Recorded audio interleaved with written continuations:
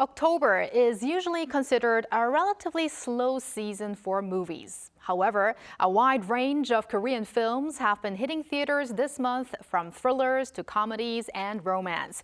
Today, in our Culture Issues segment, we take a glimpse into the hottest K-movies out right now. For that, we are joined by Professor and filmmaker Jae Soh from the Seoul Institute of the Arts. Welcome, Professor Soh. Nice to be. Thank you for inviting me. Thanks for joining us. So, Professor Soh, data released just yesterday on Thursday showed that Korean movies hit a record figure when it comes to sales as well as audiences. So, this is especially on the back of the successful movie I, the Executioner, or Veteran 2, known as Veteran 2 in Korea. So that has surpassed 7 million views. So really, let's start with I, the Executioner. What is behind the popularity of this movie? Well, first of all, 9 years ago, the original one, Veteran 1, so this is a sequel to that, and that did something like 13 million audiences at the box office, a huge hit. And I think, when Veteran 2 was coming out, it went to Cannes Film Festival, and everybody was talking about it. So there's a real build-up before the movie was released, and you already have a built-in audience. So it's sort of like the Roundup series, where after we had COVID and everybody was coming slowly back to the movie theaters, like the movies that did really well are sort of the sequels. Because number one, you know what the story is a little bit, you know the characters, so there's a familiarity with it. So again, going back to the original Veteran 1, it was about basically this, detective, Soh played by Hwang Jung-min, a great actor, and he has his own sort of cast of characters behind him that he's after. He's sort of like this really hard-hitting, stubborn detective that really goes after, the bad guys. And the first one is about personal revenge. It was about the serial killer who happens to be, super rich. So Yoo In played the serial killer that was like kind of this rich kid. And in this sequel, they kind of mixed it up a little bit. So the killer now is this character named Haechi. And basically this character it has a gray zone, because even though it's a serial killing person, he only chooses to kill other bad guys or murderers. So the movie is sort of an introspective feel on how it is that the police who are out to get the bad guys are also our main character always sort of seems to be pushing the limits of the law to get the bad guys into jail. So in this movie, basically, we have a different cast. We have Jung In, who comes out as sort of a really eager, young, police officer that's on his team. And the story is a bit more, I would say, introspective, and also kind of deconstructing what the first movie did. So in that way, it was very surprising. But in other aspects, I think some of the audience members were expecting the same kind of, what sequels do is like basically go through the same formula. But I think director Woo Sung-han really sort of wanted to do something, a different take, and also put into the question like morality, like are the police on the right side of the law sometimes, because the bad guy seems to be killing the bad guys too. So it was kind of interesting in that way. Well, you just touched upon a little bit of the first and the second movie, but it is really difficult not to notice that the two movies are being compared to each other. And some people have expressed their disappointment regarding the second series. So what is your take on that? Yeah, it's really interesting, because I think in the first one, it was really about a clear bad guy that you're just going, a very clear cut, like who the good guy was. Hwang Jung is the good guy, Yoo In's the bad guy. In this one, it kind of splits that dichotomy between good and bad. So, the audience is kind of made to feel like, okay, who's on the right here? And then you have this eager character of Jung In, who represents sort of the new MZ generation that's trying to play in this new world. And I think one of the things that was missing in the second film is the other cast of characters, like you have Jang Yun-ju and Jang Hyuk, all these people that were kind of like sub-characters that made a lot of humor in the first one.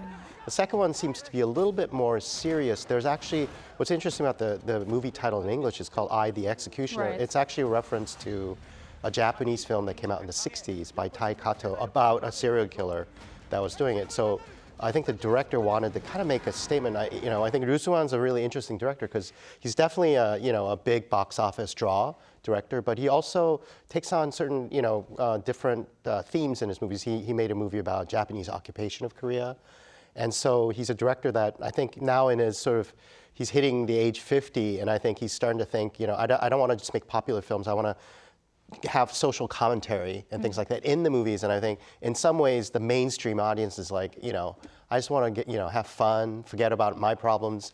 I don't want to sit here thinking about the morality and things like that. So I think in that sense, it hasn't done as well as the first movie. But again, like all sequels, it's really hard to create the same kind of buzz that you had 9 years ago, and since then we've had Roundup, all these detective dramas that have really kind of come out into the field. So it's a kind of competing with those kinds of films for the audience as well. Competing with the original one, yes. Yeah, Professor, let's move away from the thriller to now drama, or I guess romance as well. Love in the Big City is a movie based on a novel. Now, it revolves around the queer scene in the city of Seoul and lives in the lives of young people, What is it about this movie that's attracting viewers to the theatre? I think, right now, number one was Executioner, and then for a while, number two was Love in the Big City. It's not a huge number. It's still less than 1 million. I think it's as of yesterday, it was like 500,000 people went to see it in the theater. But it's surprising for that number because the movie deals with, basically it's based on a novel, as you said, and it has sort of homosexual themes in it. There's also the main character is played by Kim Go-eun, who plays like a college. It starts with college in the 20s, and then there's Hong Sun, who's played by Steve No, who's from Pachinko, right? And he comes out as a gay character. And so these two people are attracted to each other not by wanting to be sort of romantic links, but they kind of find a kindred spirit with each other. They understand each other. And what I found really refreshing about the movie was that Korea is a very conservative society. People really have a hard time coming out now. It's still a big issue in Korea. A lot of conservative religious people are against, this kind of thing. And in this novel, I heard it was even shortlisted for the Man Booker Prize that, Hangang won. But basically, it's refreshing in the sense that, basically, modern love in the 21st century, it's sort of like with all the LGBTQ or transgender stuff happening, it really kind of addresses those kinds of things and treats people that are, of a different sexual orientation in a very normal way. And that's what I found really refreshing. And the movie has serious themes, but at the same time, there's an underlying sense of humor about the whole thing. And the director, Yeonhee, really, she's done movies like Detective and ING. And she has a kind of a comic feel about stuff and a drama and stuff like that. So just having young MZ generation people come out, whether you're gay or straight, we all have the same problems. We want good jobs, we want security, we want love. And so those were kind of themes that I think people were really attracted to. And I also noticed in the audience that there are a lot of couples. Yes, definitely a movie to look out for if you haven't watched it yet. Now, Professor Soh, let's talk about a movie that was just released 2 days ago on Wednesday and went straight to the top of the box office, actually. Now, for 2 days, Normal Family or 보통의가족 is at the top, and it's receiving much attention for being a well-made suspense film featuring very big names here. We have 설경구, 장동건, 김희애, and Soo-yeon as the main characters. So what is your expectations about this movie, which really evolves around, I would have to say, moral conflicts? Yes, again, moral conflicts. Yeah. So, I watched the movie and I was kind of amazed by the stars in it, the big stars. It's hard to really get these stars like Jang Dong-gun or 설경구. They're really sought after stars. And Kim Hye, but the director is Heo, who did Christmas in August. So he's made many films. And he's sort of a revered filmmaker in Korea, and so everybody's sort of wondering what he would do. And ironically, he's also directing one of the episodes of the TV series adaptation of Love in the Big City. Oh, okay. Right. So That's there are also 4 coming out. parts of that, and Heo, the director that did Normal Family, is directing one of the episodes of that. So it's adapted into a series as well.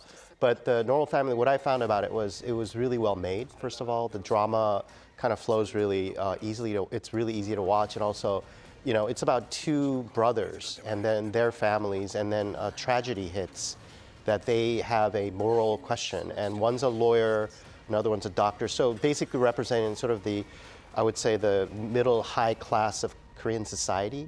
And if something like that happens in your family with your children, what would you do is the question they ask. And it kind of like I was thinking that it's almost like watching a series on Netflix or something like that, but done in basically like a 2-hour format. So you get the whole thing. But the performances of Jang Dong-gun, Kim Hee-ae, and also Soo-hyun, she was really terrific.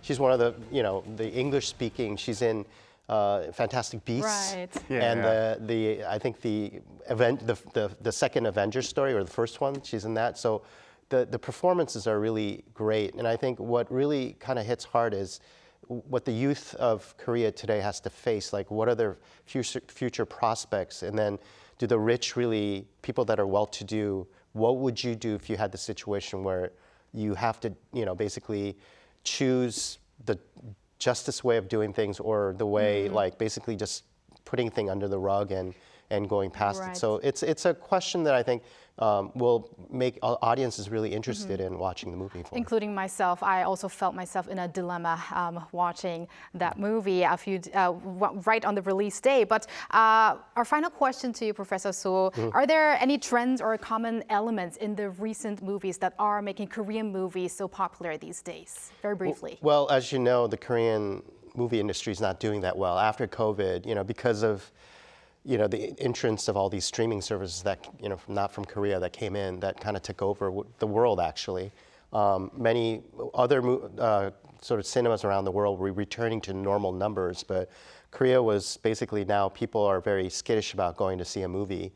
I've asked people around me, and I would ask even my students who are filmmakers, like, where do you watch most of your movies? And it's on a computer or on a television set. So, but what happens is when we're faced with that kind of sort of, I think, a danger point in Korean cinema, I think what happens is a lot of interesting films have to come out. Like, we've had this year Exuma, which is a very Korean tale about, shamanism and the occult, things like that. Or, the Executioner, again, it's a sequel, but he kind of changed it up for that.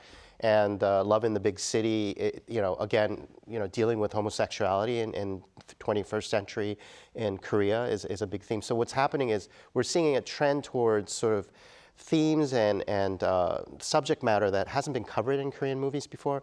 Also smaller budgets, because there's so many failures in the box office. So they're kind of lowering the budget so that they have more return when they sort of succeed. So I think there's a little bit of hope. I'm hoping that newer stories, newer issues that come out in the cinemas to sort of revamp what we had in terms of all the audience sort of popularity with going to see movies on the big screen. Looking forward to all of those new movies. Thank you very much for that, Professor Soh. Hope to talk to you again soon. Yeah, thank you.